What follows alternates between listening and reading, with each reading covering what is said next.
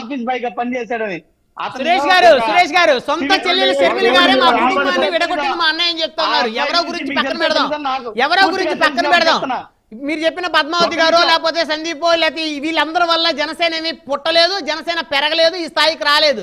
వారందరూ అభిమానంతో మీరు పనిచేసి ఉండొచ్చు, ఇంకొకరు పనిచేసి ఉండొచ్చు, అది పక్కన పెడదాం. సొంత చెల్లెలే ఇంట్లో మా కుటుంబాన్ని నాశనం చేశాడు మా అన్న, మా కుటుంబాన్ని ధ్వంసం చేశాడు మా అన్న అని చెప్తా ఉంది. సొంత చెల్లెలు, రక్తం తోడ పుట్టిన చెల్లెలు, రక్తం పంచుకొని పుట్టినటువంటి రాజశేఖర రెడ్డి గారు బిడ్డ మా కుటుంబాన్ని సర్వనాశనం చేశాడు జగన్మోహన్ రెడ్డి గారు అని చెబుతున్నారు. దాని గురించి చెప్పండి. ఎవరో పద్మావతి గారు అన్నారు, ఎవరన్నా వాళ్ళు ఎవరండి పార్టీ కోసం పని చేసి ఉంటారు. లక్షలాది మంది అభిమానుల్లో వారు ఒకరు, అంతేగాని వారి ఆస్తులు ఏమైనా తీసుకొచ్చి పార్టీకి దారాదత్తం చేసి ఉంటారా? నేను చెప్పేదేనండి, జగన్మోహన్ రెడ్డి గారు ప్రజా సంకల్ప యాత్ర ద్వారా దాదాపు 3800 కిలోమీటర్లు రాష్ట్ర వ్యాప్తంగా మహా సంకల్ప పాదయాత్ర చేసి 2.5 కోట్ల పైగా ప్రజలను నేరుగా కలిసినటువంటి వ్యక్తి, వాళ్ళ సమస్యలను తెలుసుకున్నటువంటి వ్యక్తి. ఒక నిమిషం, వాళ్ళ సమస్యలను తెలుసుకున్నటువంటి వ్యక్తి, తెలుసుకున్న సమస్యలకు ఒక నిమిషం తీరా తెలుసుకున్న సమస్యల కోసం అకుంఠిత దీక్షతో ఈ 5 ఏళ్లుగా పనిచేస్తున్నటువంటి వ్యక్తి జగన్మోహన్ రెడ్డి గారు. ఇదే పవన్ కళ్యాణ్ గారికి 2 మాటలు ఎమ్మెల్యేలు కలవట్లేదంట, వాళ్ళని కలవమని చెప్పండి. మీరు అన్నారు కదా పొలుసు పార్థసారథి గారిని కలవమని చెప్పండి, ఆయన ఇబ్బంది పడతా ఉన్నాడు, అపాయింట్మెంట్ కూడా ఇవ్వలేదని. మరి చంద్రబాబు నాయుడు జనసేన పార్టీ పనిచేసే చంద్రబాబు నాయుడు కోసం, చంద్రబాబు నాయుడు గారికి మరో రూపమే జనసేన పార్టీ తప్ప ఇంకోటి కాదని చెప్పేసి నేను తెలియదు. రైట్ సంతోషం. మరాబ్ సురేష్ గారు. బ్రహ్మనాయుడు గారు ఆయన చెప్పినన్ని కూడా అబద్ధాలే. ఎందుకంటే సింపుల్ గా ఎందుకు భయపడుతున్నారు, ఏం చేస్తాను అంటున్నారు కదా. ఎస్సీ ఎస్టీ సబ్ ప్లాన్ నిధులు ఇవ్వలేదు, వాళ్ళకి ఇవ్వాల్సిన లోన్లు ఇవ్వలేదు. మామూలు ట్రైబల్ కి నిధులు కూడాను జనరల్ ఏరియాల్లో వాడేసుకోవడం, అవసరాలకు వాడేసుకోవడం, ఉద్యోగులు పెన్షన్లు వాడేసుకోవడం, ప్రతి ఒక్కరిని వాడేసుకున్నారండి. కాకపోతే అది ఓన్లీ లెక్కల వరకే. ఇదేంటి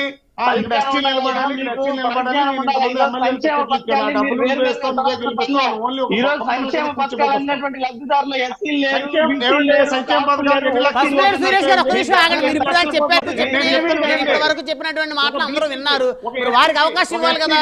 ఇంతవరకు కనీసం ఒక చిన్న ఆటో కొనుక్కోవడానికి లోన్ ఇచ్చారా ఈ ప్రభుత్వం? ఇంత ముందు లోన్లు వచ్చేవి, బీసీలకు వచ్చేవి, ఎస్సీలకు వచ్చేవి, అందులో నిధులు ఉండేవి. ఏ కార్పొరేషన్ లో డబ్బు వేసారా? ₹1 డబ్బు వేసారా? మీరు బీసీలు ఎస్సీల గురించి మాట్లాడుతున్నారు. నా బీసీలు నా ఎస్సీలు నమ్మడం కాదు, వాస్తవ పరిస్థితులు అక్కడ ఉన్నాయి.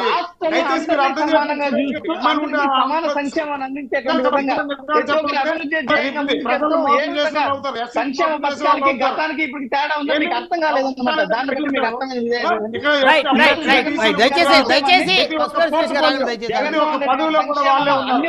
ఒకసారి గుర్తు చేసుకోండి. ప్రతి వర్గాన్ని మోసం చేసిన జగన్మోహన్ రెడ్డి ముఖ్యమంత్రిగా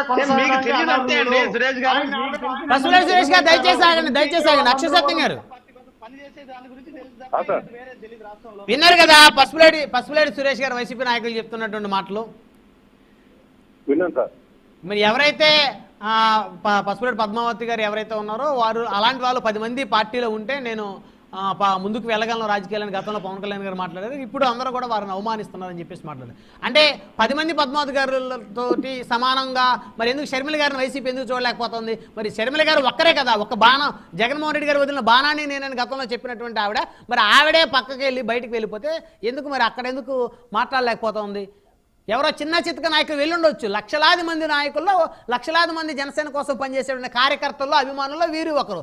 అంత మాత్రాన జనసేనకి ఏదో పోయిందని చెప్పేసి మా ప్రచారం చేయడం ఎంతో కరెక్ట్ సార్. మనం ఇందాకనే అనుకున్నాం, వైసీపీ పార్టీ వదిలేసిన ఆఫీస్ బాయ్ల గురించి స్పెషల్ ఇంటర్వ్యూలు ఇచ్చి ప్రచారం చేసుకునే స్థాయికి దిగజారిపోయింది. అది స్వయంకృత అపరాధం అని.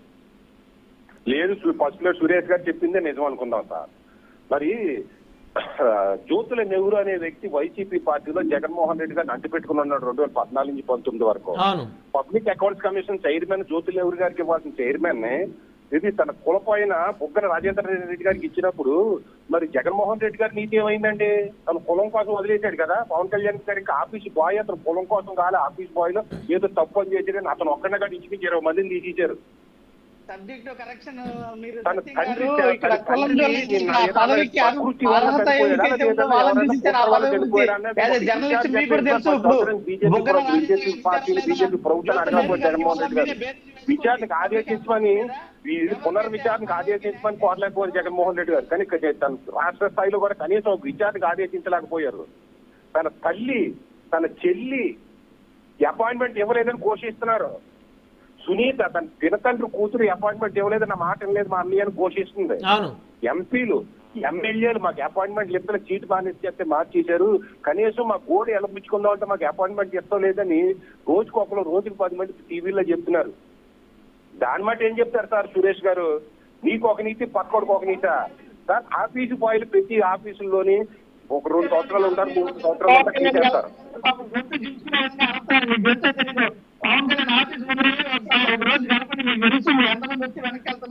ఆయన అసలు ప్రజలు కలిసేదానికి ఇష్టపడ్డు. పవన్ కళ్యాణ్ మీకు వ్యక్తిత్వం తెలుసా? మీకు పవన్ కళ్యాణ్ దాంట్లో తిరుగుతాడు, ఎవరైనా వచ్చి కలుస్తారేమో అని చెప్పేసి. ఎవరు లేకపోతే వచ్చి ఏదో కార్యక్రమం చేసి వెళ్ళిపోతాడు. ఆయన గురించి మీకు తెలియదండి. పవన్ కళ్యాణ్ గారు అనేటువంటి వ్యక్తి కనీస రాజకీయాల మీద ఆయనకి అవగాహన లేదు సరికదా, పనిచేసే విధానం కూడా తెలియదు ఆయనకి. రాజకీయాల్లో పవన్ కళ్యాణ్ గారు జీరో. కేవలం చంద్రబాబు నాయుడు ఏదో చెప్తే చెప్పేసి తూచా తప్పకుండా పాటించి వెళ్ళిపోతారు తప్ప ఆయనకేం పెద్దగా రాజకీయ అవగాహన లేదు. రెండో విషయం ఏంటంటే ఆయనకి ఇష్టం కూడా లేదు. ఇప్పుడు సినిమాల మీద ఇష్టం ఉంటే నటిస్తున్నాడు వరుసగా 20 రోజులు 30 రోజులు లేకుండా. పవన్ కళ్యాణ్ అనే వ్యక్తి ప్రజాక్షేత్రంలో గడపడానికి ఇష్టపడదు. కనీసం ఆయన ప్రజలు కలవడానికి ఇష్టపడినటువంటి వ్యక్తి రాజకీయంగా ఏం సక్సెస్ అవ్వగలుగుతాడు? 10 రోజులు ఇందాకటిగా ఎవరైనా చెప్పగలుగుతారా? నీటి గ్రామంలో 10 రోజులు పనిచేసిన దాఖలాలు ఉన్నాయి. 10 ఏళ్ళు అవుతుంది ఆయన పార్టీ పెట్టి. పవన్ కళ్యాణ్ పట్టుమని 10 రోజులు ప్రజాక్షేత్రంలో ఏ రోజున నిలబడగలిగినాడా? ఏదో వచ్చి ఆత్మహత్యం చేసి 20 మెట్ల నుంచి పైకి ఎక్కి ఆయనేమో 20 మెట్ల పైన నిలబడుకోవచ్చు. జగన్మోహన్ రెడ్డి గారు వెళ్తా అంటే అయ్యో దాంతో వెళ్తున్నాడు అంటారు. విగ్గులేని మాట్లాడతారు. పవన్ కళ్యాణ్ కి రాజకీయాలపైన అవగాహన ఇష్టము ఏమీ లేదు. బలవంతంగా చంద్రబాబు నాయుడు గారి కోసం పనిచేస్తున్నాడు ఆయన. అది పాపం మీలాంటి కార్యకర్తలు భవిష్యత్తులో చాలా ఇబ్బందులు ఎదుర్కొంటారు, చాలా నష్టపోతారు. మీరందరూ కూడా మీ భవిష్యత్తుల్ని, మీ జీవితాలని, మీ విలువైన సమయాన్ని మీరు నష్టపోకుండా చూసుకోండి. పసుపులేటి సురేష్ గారు వైసీపీలను డబ్బులన్నీ ఖర్చు పెట్టేసుకొని మీరు నష్టపోకుండా చూసుకోండి. 10 రోజులు పసుపులేటి సురేష్ గారు వైఎస్ఆర్సీపీలో మీ డబ్బులన్నీ ఖర్చు పెట్టి తర్వాత నష్టపోకుండా జాగ్రత్త పడండి అనేది వారి అభిప్రాయం. 10 రోజులు పనిచేయమని చెప్పండి పవన్ కళ్యాణ్. 10 రోజులు ఎక్కువ 10 రోజులు పవన్ కళ్యాణ్ ప్రజల కోసం పనిచేయమని చెప్పి తర్వాత మాట్లాడమని చెప్పండి. జగన్మోహన్ రెడ్డి గారిని ఎమ్మెల్యేలకు అపాయింట్మెంట్ ఇవ్వమని చెప్పండి. పాపం కొలుసు పార్థసారథి గారు అనుకుంటా ఘోషిస్తా ఉన్నారు ఒకసారి అపాయింట్మెంట్ ఇవ్వమని చెప్పి. ఒక భాగమే రైతు. రైట్ 10 రోజులు పనిచేశాడు పవన్ కళ్యాణ్. పసుపులేటి సురేష్ గారు సమయం లేదు. రైట్ ధన్యవాదాలండి చర్చలో పాల్గొన్నందుకు. మర్రాబ్ సురేష్ గారు జనసేన పార్టీ నాయకులు, పసుపులేటి సురేష్ గారు వైఎస్ఆర్ కాంగ్రెస్ పార్టీ నాయకులు, అక్షయ సత్యం గారు సీనియర్ జర్నలిస్ట్, అందరికీ పేరు ధన్యవాదాలు. మరిది ఇవాళ హాట్ టాపిక్ చూస్తూనే ఉండండి.